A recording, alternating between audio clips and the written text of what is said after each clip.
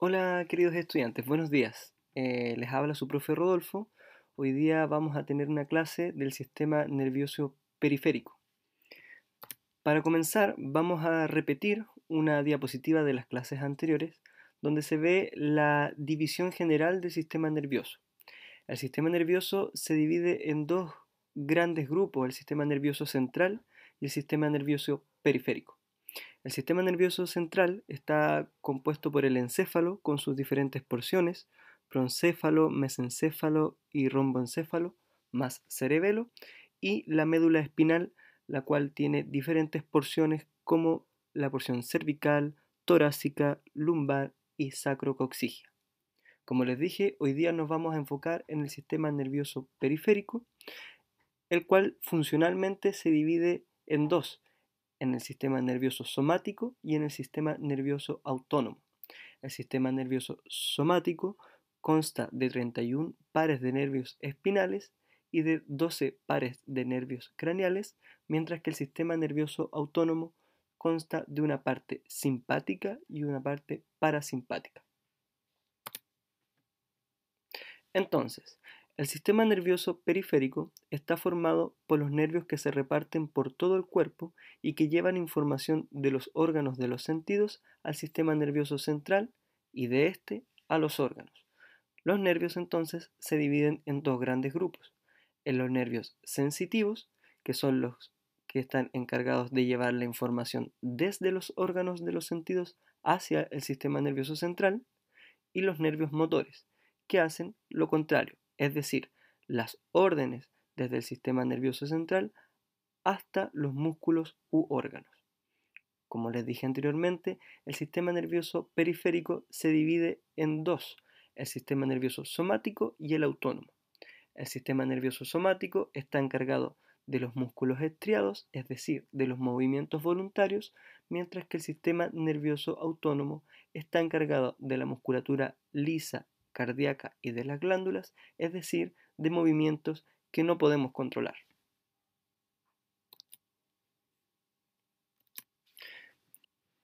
Entonces, como vimos en la clase anterior, las neuronas se pueden clasificar según su función. Nosotros aquí, que estamos hablando específicamente del sistema nervioso periférico, podemos ver que las señales pueden venir desde tres tipos de receptores distintos. Primero, los interoreceptores son receptores ubicados en los vasos sanguíneos y que entregan información acerca de las vísceras. Una señal detectada a través de los interoreceptores va a viajar a través de una neurona sensitiva en los ganglios periféricos, va a viajar hacia una interneurona donde se va a integrar y se va a modular una respuesta para viajar a través de las neuronas motoras viscerales de los ganglios motores periféricos. Por supuesto, el efecto de estas neuronas motoras va a llevarse a cabo en musculatura lisa, glándula, músculo cardíaco y tejido adiposo. Según lo que estuvimos viendo anteriormente, entonces, esto va a pertenecer al sistema nervioso autónomo y por lo tanto son movimientos que nosotros no podemos controlar. Tenemos otros dos grupos de receptores, los cuales son los exteroreceptores y los propioreceptores, los cuales van a darnos información la cual sí vamos a poder traducir en respuestas motoras controladas. Los exteroreceptores son receptores que toman información desde el exterior y que nos entregan información acerca del mundo, es decir, la vista, el olfato, el tacto, etc. Mientras que los propios receptores son receptores ubicados en los tendones y en los músculos internos y nos entregan información acerca de la postura, del equilibrio y de la tensión muscular.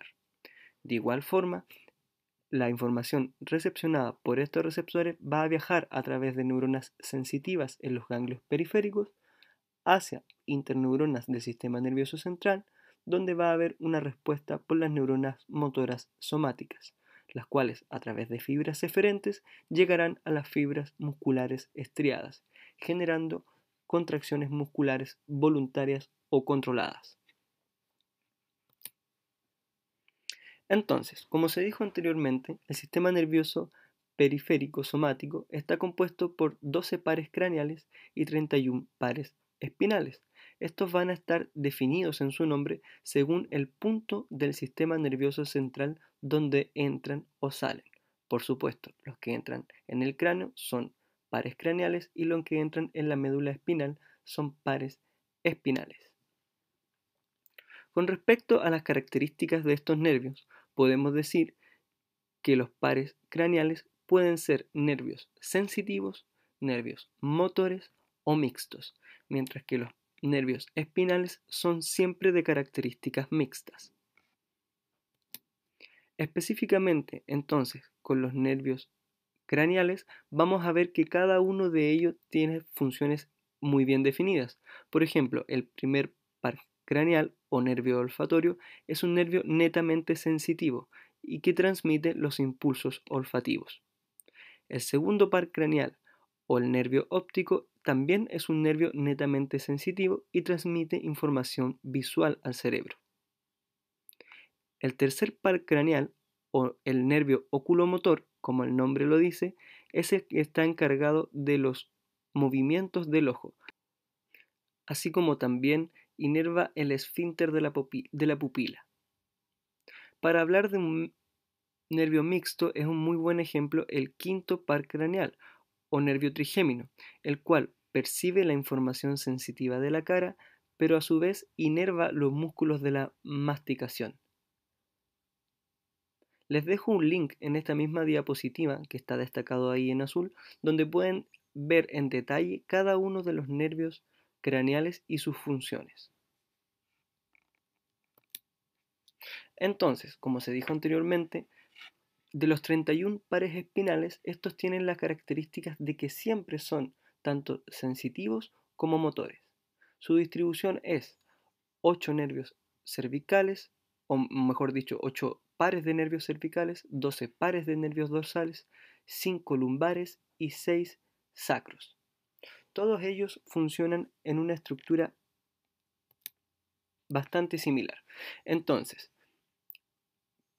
cada nervio antes de entrar a la médula se divide en dos ramas o raíces, una raíz ventral o motora y otra raíz dorsal o sensitiva. Entonces, nosotros vemos en el esquema la piel, la cual recibe una información sensitiva, viaja a través de una neurona aferente, entra por la raíz dorsal de la médula espinal, se contacta con una segunda neurona perteneciente al sistema nervioso central, donde se modula una respuesta y luego viaja a través de su parte ventral o motora una neurona eferente, la cual lleva la información que va a desembocar en la contracción del músculo esquelético. Todos los nervios espinales funcionan de la misma manera. Ahora bien, más adelante vamos a ver cómo se modulan estos movimientos, puesto que aquí solamente estamos viendo que entra una información sensitiva, llega al sistema nervioso central y va una respuesta de vuelta. Pero en qué momento el cerebro, o el encéfalo mejor dicho, modula cada uno de estos movimientos, ya que nosotros podemos generar un mismo movimiento, pero a veces con más fuerza, otras veces con mayor velocidad, otras veces podemos detener ese mismo movimiento y es el sistema nervioso central el encargado de modular estos movimientos. Eso es justamente lo que viene a explicar esta diapositiva que habla acerca de los sistemas motores cerebrales involucrados en los movimientos. Tenemos la corteza motora, que es parte del cerebro, la cual envía sus señales a través del tronco cerebral, combinándola con señales del cerebelo y de los ganglios basales. Todos estos no solo envían señales del simple movimiento, sino que también de la planeación y de la intensidad de esto. Este impulso nervioso viaja a través de la médula espinal, viajando por las motoneuronas espinales para llegar a los músculos esqueléticos y llegar al movimiento. En esta imagen podemos ver el encéfalo con sus diferentes partes, donde destaca la corteza motora, la cual está ubicada en el lóbulo frontal, justo delante de la cisura de Rolando. Este puede dividirse en 4 partes: la corteza motora primaria, que se encuentra destacada de color rojo, la cual es responsable de la generación de los impulsos neuronales que controlan la ejecución del movimiento. Por otro lado, tenemos la corteza motora secundaria, que incluye la corteza parietal posterior, que es la encargada de transformar la información visual en instrucciones motoras. Tenemos la corteza premotora, encargada de guiar los movimientos y el control de los músculos proximales y del tronco corporal, así como el área motora suplementaria o AMS, encargada de la planificación y coordinación de los movimientos complejos, como por ejemplo aquellos que requieren el uso de ambas manos. Entonces, el área motora es el área cerebral encargada del movimiento y es la que genera los impulsos neuronales que controlan la ejecución de estos. Es la que guía los movimientos y el control de los músculos proximales y el tronco corporal. Y es además la encargada de la planificación y coordinación de los movimientos más complejos. En esta imagen podemos ver las áreas motoras y sensoriales de la corteza cerebral. En color azul podemos ver las áreas sensoriales y en color amarillo las áreas motoras. Si se dan cuenta, esto está organizado de la misma manera que habíamos visto los nervios espinales, es decir, una parte ventral para la parte motora y una parte dorsal para una parte sensitiva. Si nosotros vemos, por ejemplo, la imagen del lado izquierdo que representa la corteza motora, podemos ver que está claramente definido cuáles son las zonas de esta corteza que están encargadas de los diferentes movimientos de los diferentes músculos del cuerpo y que estos, el tamaño, digamos, de la corteza encargada de eso, no es proporcional en realidad al tamaño de los músculos, sino más bien a la complejidad de los movimientos que estos realizan. Por ejemplo, el tamaño o la zona de la corteza encargada del dedo pulgar y los dedos de la mano es mucho más grande que la zona encargada de los movimientos de la pierna. Al igual que si nosotros miramos la zona encargada de la expresión facial o de la fonación o la producción de la voz. Si nosotros miramos el área sensorial, se va a dar una situación bastante similar. Por supuesto que ahí, por ejemplo, vamos a incluir una zona que no estaba en el área motora, que es la zona genital. Pero también, justamente la mano, con los dedos de la mano y el pulgar, así como la cara y específicamente los labios, ocupan una importante zona de esta corteza sensorial, ya que la cantidad de sensaciones y la cantidad de terminales nerviosos que allí se encuentran es mucho mayor. Como habíamos visto anteriormente, entonces podemos ver que los estímulos siempre van a ser percibidos por una neurona sensorial, la cual a través de una neurona aferente va a entrar en una raíz dorsal en la médula espinal. Esta se va a comunicar con una interneurona del sistema nervioso central para generar una respuesta y salir a través de la raíz ventral y una neurona motora eferente o una neurona motora somática. Es justamente en este proceso de asociación, digamos, al medio en el sistema nervioso central, donde se pueden enviar señales también hacia los sistemas motores cerebrales que habíamos visto recién, la corteza motora, cerebelo y ganglios basales, con tal de que estos movimientos se puedan modular.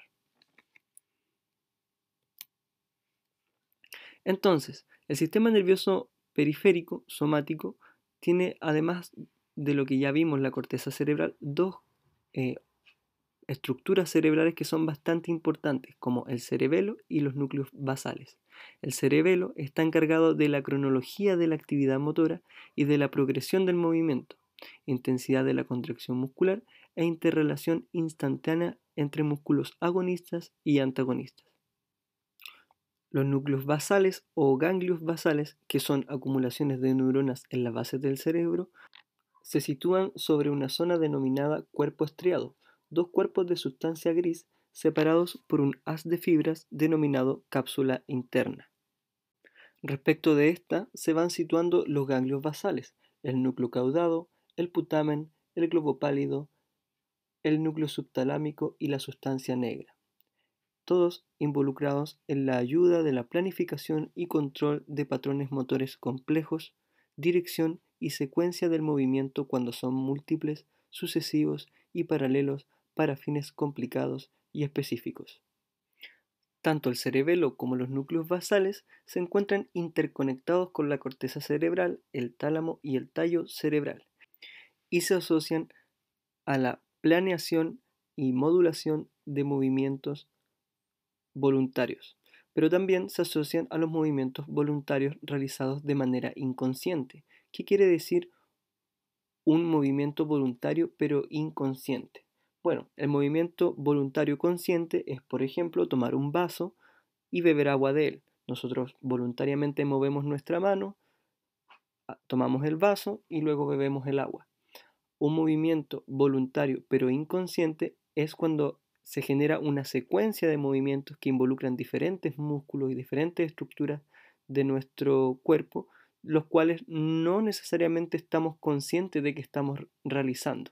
Por ejemplo, si vamos trotando, nos tropezamos con una piedra, vamos a generar una serie de movimientos con tal de evitar caernos.